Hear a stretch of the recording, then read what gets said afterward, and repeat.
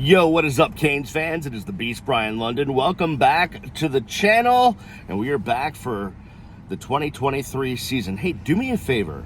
I'm going to ask a couple of favors here, and it's really important you do this. If you do anything today, please do this. One, subscribe to this channel, hit the thumbs up, hit the bell, all of that stuff. But if you don't know this yet, myself and my former colleague from a website I used to write for back in the day, Brandon O'Doy, who's been covering the Canes for over a decade, worked at ABC News, outstanding journalist, runs Football Hotbed, does a great job with that.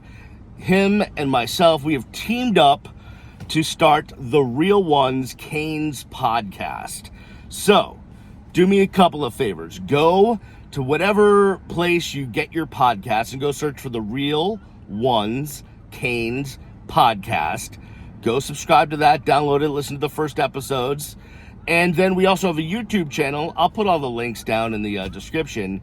And we had a recap video last night right after the game, instant thoughts on Miami's 38-3 victory over Miami of Ohio. Or should I say, the real Miami beat Miami of Ohio 38-3. Some hot takes from last night. Tyler Van Dyke just okay last night. And he didn't admit it that this was an issue, but we did get the real scoop last night that he did have a right index finger injury. It was a week before last Tuesday, or a week before this Tuesday. So about 10 days ago, he heard it in practice, and he said it was bruised, and it was taped before last night's game, and then the tape came off. And then he was, But the also included some not so great decision making from my vantage point in the press box. And we're if you know Hard Rock Stadium and what it used to look like as a baseball stadium when it was Joe Robbie, the press sits behind where home plate was. So that would be the southwest section of Hard Rock. So we get an interesting perspective of the field. And there was a lot of times last night where he was just staring at a receiver, mostly X. And then other guys were open on the other side of the field or down the middle. And he did not go through his progressions to get there. In the second half, obviously, they made some adjustments. They had a little conversation at halftime.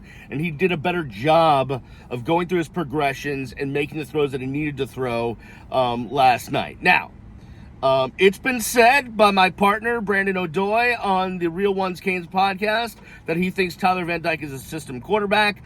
I don't. I think he's pretty good regardless. If he gets good coaching, we shall see. We'll let that play out during the season. Great job last night in the run game. 4 running backs. 3 of them got 9 carries. 1 of them got 8. But you saw, Henry Parrish got the start, but a guy I really think is by the end of the year, maybe the starter is Fletcher. He's outstanding. By the way, in knowing his background, American Heritage, and knowing a bunch of people that work at Heritage, they've got nothing but amazing things to say about Fletcher, not only as a player, but more importantly, as being a great person, great young man. So that is good to hear. But then you saw A.J. Allen, and good to see Don Chaney back in the mix and getting a touchdown. He had 8 carries. Allen, Fletcher, and Parrish each had 9. The receiving game was okay. It was the usual suspects that we thought were going to get involved.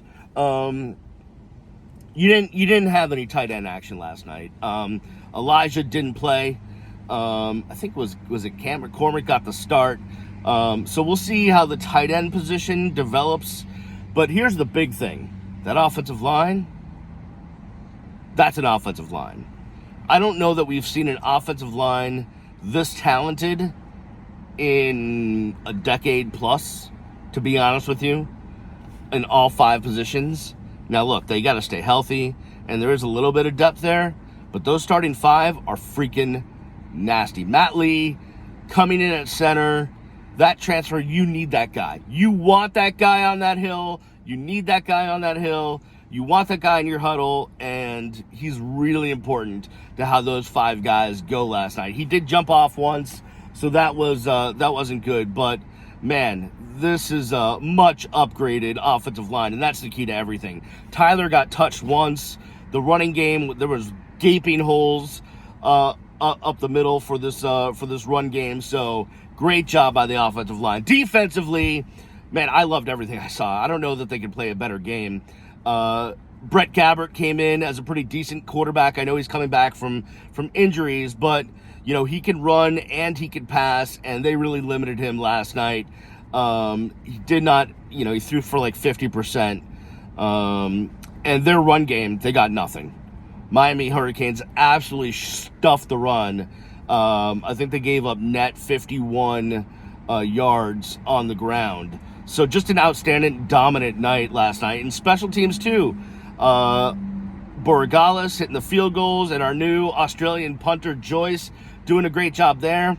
So, if you're looking at aspects of the game, special teams was good.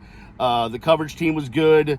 Your defense was really good, and your offense was, 3/4 of the way there. You could have seen some more from the passing game, but we'll see how that develops. The other thing is this: listen, they were not gonna let all the dogs hunt last night. It was a situation where you didn't want to show everything in game one. You got to save some for Texas A&M. You're not going to have everything out there. So, there's that. There was going to be the vanilla factor. Miami ended up running the ball, I think, 36 times and passing it 25 times. Most of the game, they were balanced, and then towards the end, as they had the lead, they were running the ball more. So that's where it kind of got lopsided in one direction towards the run. But they're going to try to be balanced, even though your offense is kind of somewhat based on the air raid. It's going to be air raid and run is what it's going to be. So a good win for the Miami Hurricanes in week 1 of the season. One weird thing from last night, though, and I've never seen this before. And listen, next year will be 30 years that I've been around this program, okay? So not my first rodeo. And I've never seen this once. But Dan Radakakovich, the athletic director, as all the media is gathering in the press room last night after the game, getting ready for Mario's press conference, and then all the players, we're getting seated, tripods are being put up and all that stuff. And Dan Radakakovich, the athletic director, walks in and just is standing in front of everyone, not at the podium, but just kind of in front of everyone. And we're all like, what's going on? And he starts to say, like, hey, congratulations to the team on a win, but, there's something else I got to say. And I didn't know what was happening. I was like, is Mario getting an extension? Is he going to announce that Miami's leaving for the SEC? Like, what announcement could possibly be made right now by Dan Radakakovich? And he came out and he made a plea for us media members to let you fans know that there are tickets available for the Texas A&M game. And in my 30 years of being around this program, I have never seen an athletic director make that kind of plea to have the media sell tickets for them. I get it. Normally they'll send out a press release like midweek or on a Tuesday or Wednesday and say, hey, tickets are still available, and they'll kind of do it that way. I've never had an athletic director make a plea to the media, hey, can you do us a favor? And after he left, listen, I'll be honest with you. I'm not down there at practice like I used to be. I've got two day jobs, and I'm looking for a third. So I don't have as much time as I used to. But the kind of the rumblings from those that were down there every day at practice and the media is like, hey, we'll be happy to promote the fact that you want to sell tickets if you actually let us cover the team in a way that, helps promote your team. Give us some one-on-one interviews or watch a little bit more practice.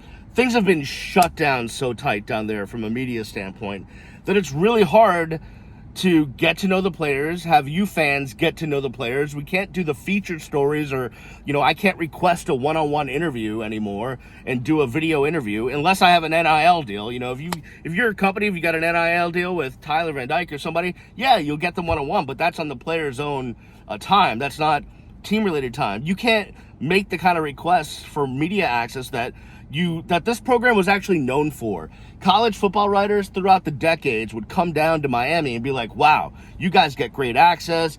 You guys get to promote that team. You guys get to know great stories about the players on this team, and you get to promote those stories. We don't get to do that in other places, and Miami's become like all the other places in college football where we're so scared, we're so worried about every little thing that we're going to allow no access to our team, which I get if you're a scaredy cat coach, but on the other hand, you want us to sell your team and promote your team and sell tickets, then it's time to open up a little bit and let the fans know about the players. That's what's really important, because you need to know. You can't just have state-run media, which is the team's website, put out stories about players, because who knows? Listen, I love Christy and everyone down at the U, but you need independent media to do a nice interview with the Cam Kitchens or a Mark Fletcher, a great freshman, or whoever it is, the Maui Goa brothers, the Brown brothers, whoever it is. Do a nice feature story. Let the fans know how great they are, and that will sell your tickets. That will sell tickets. Plus, winning sells tickets. All right, I'll get off my soapbox. Good win for the Canes last night. Please subscribe to this channel. Go subscribe to the Real Ones Canes podcast channel. Follow them, us, Brandon, myself on Twitter at RealOnesCanes. I really appreciate it. I love you guys. Thanks for coming back to the channel. Peace. I'll see you when I see you.